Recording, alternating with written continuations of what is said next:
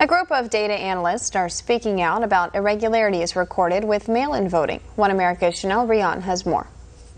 Voter fraud has been dismissed by the left as a mythical fantasy, an impossibility that, even if it occurred, takes place by such minuscule margins that it doesn't matter in a general election. Peter Holler, a Pennsylvania attorney and lobbyist, tells One American News he's building bridges between former Trump campaign data analyst Matt Braynard and statistical analysts. What they found was stunning in scale.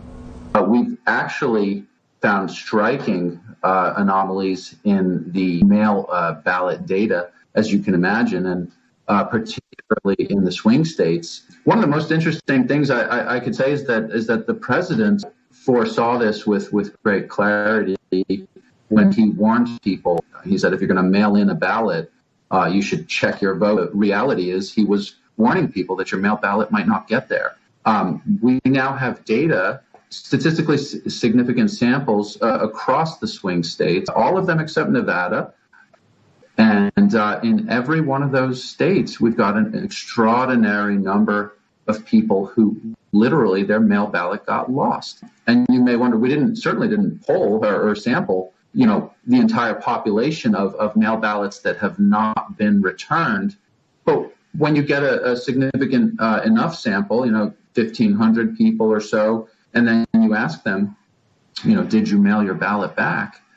And 500 of those people say they did, but they're still showing as not having returned it. Well, if 1/3 of the pool has mailed back the ballot and it's showing as not returned, when you then analyze the size of the pool, and you say, well, hey, there's 150,000 unreturned ballots, and you're saying 1/3 of them didn't actually get mailed back? Well, that is actually evidence of widespread fraud in that state. The statistical analysis under the direction of Matt Braynard is being backed up by phone call verification, according to Holler, across Pennsylvania, Georgia, Arizona, and Michigan. And so here I'm acting as a bridge. I'm finding the experts. I'm spotting in Matt's data opportunities to analyze deeper. I mean, frankly, the anomalies are so striking, or the idea that 1/3 of unreturned ballots are actually people who returned their ballots. They just never got counted. Those numbers are so big that I immediately said these are going to be statistically significant. Let me go find a professor who can actually complete this. Holler has recruited statisticians and mathematicians to further break down the likelihoods of these numbers happening so consistently across the swing states. The preliminary conclusions they have submitted thus far conclusively point to widespread irregularities, enough to alter the fate of an entire election. More concerning, says Holler, is the widespread instances of mail-in ballots being sent to voters who never ordered them in the first place. These voters show up to their polling stations and were turned away because they were told they had already voted.